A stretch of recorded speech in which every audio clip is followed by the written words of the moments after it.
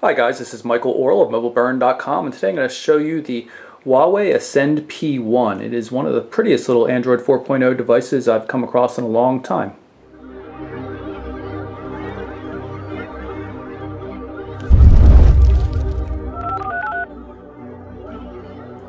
So I've got a relatively limited amount of time to show you the P1, so I'm going to go through some of the features pretty quickly.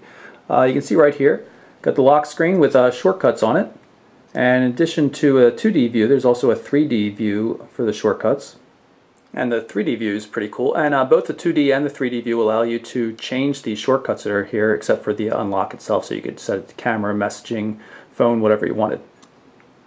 In terms of base specs, this has a TI dual-core Cortex-A9 based processor running at 1.5 gigahertz. 1 gigabyte of RAM and 4 gigs of internal storage. About 2.5 of that is available to the user. We do have a micro SD card on the side here, so you can add up to 32 gigs of additional storage. There's a 4.3-inch display on the P1. It's a QHD resolution, 540 by 960 pixels, a Super AMOLED display. That's why you got the really punchy colors like you see here. Quite nice, quite responsive. The UI in general is very responsive. Let's take a look at the basic hardware. You can see it's a really thin device. Huawei says it's about 7.7 millimeters thick. My calipers show it to be just about 8 exactly. Weighs about 110 grams, which is quite light. A little bit of a bulge here for where the 8 megapixel camera and its dual LED flash reside. Little bump down here at the chin as well. Some antenna work in there. Left hand edge we have volume controls. Up top the 3.5 millimeter headphone jack, micro USB port, and the SIM, it's a full-size SIM slot. On the right-hand edge is the power standby button and the previously mentioned micro SD slot. Nothing too much to see on the bottom except for a microphone pinhole. Has a very nice feel. Now, obviously, it's quite pretty. This is the yellow model. We've seen it in white and a couple other colors as well. I specifically requested yellow since I fell in love with it when I saw it at CES this year. Very solid, and this is, for a Huawei device, you don't really think of it as being a top-end hardware manufacturer yet, but it's really good quality, feels nice and solid. I mean, this is certainly no worse than anything Samsung's ever built, so I mean, Huawei's doing a really good job right here. Some of the other hardware features of note include Gorilla Glass on the front, so it's nice and tough. Also has pentaband 3G support, so it works on T-Mobile, USA, at&t in the US, and even though it was meant for other international markets like Europe and Asia. So, audio quality seems to be pretty decent on the device. I was using it at Google I/O this year. Reception, somewhere around average. It's not great, not bad either. But I did manage to get 3G connections on at&t and T-Mobile both, and that's something you just don't usually see on a device these days. The 8 megapixel main camera shoots pretty decent photos. They're not fantastic. It's not something like you're going to get out of a Samsung Galaxy S3 or HTC One X, but still pretty good for what I was expecting. Got a 1670 milliamp hour battery inside, and you cannot get to it. It is not user serviceable. You can see there's no pry point for the rear cover or anything like that. The P1S variant, that's a little bit thinner. It's also has a smaller battery, so I think this device is a little bit more practical. It's already quite thin. The Huawei Ascend P1 has a price that's somewhere in the range of $450 to $550. It's not offered officially in the US, so you can get it through importers like maybe Expansys or somebody like that. Let's take a look at the system. You can see a relatively plain Android 4.0 ice cream sandwich, and there's not a lot of people that are going to complain about that.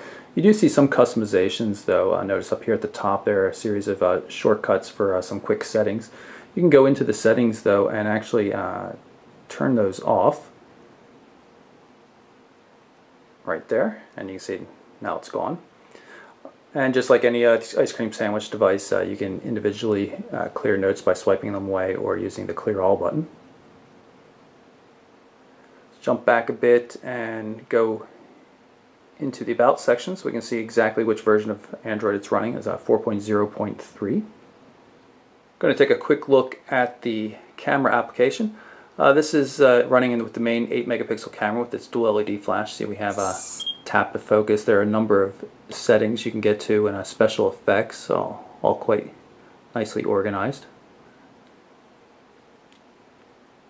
Can switch to the forward-facing 1.3 megapixel camera, which is primarily useful for cheap self-portraits or video chatting. Can switch to video mode as well and record full 1080p video. You can see there's no tap to focus inside the video application. Let's see if it focuses on my hand. It does.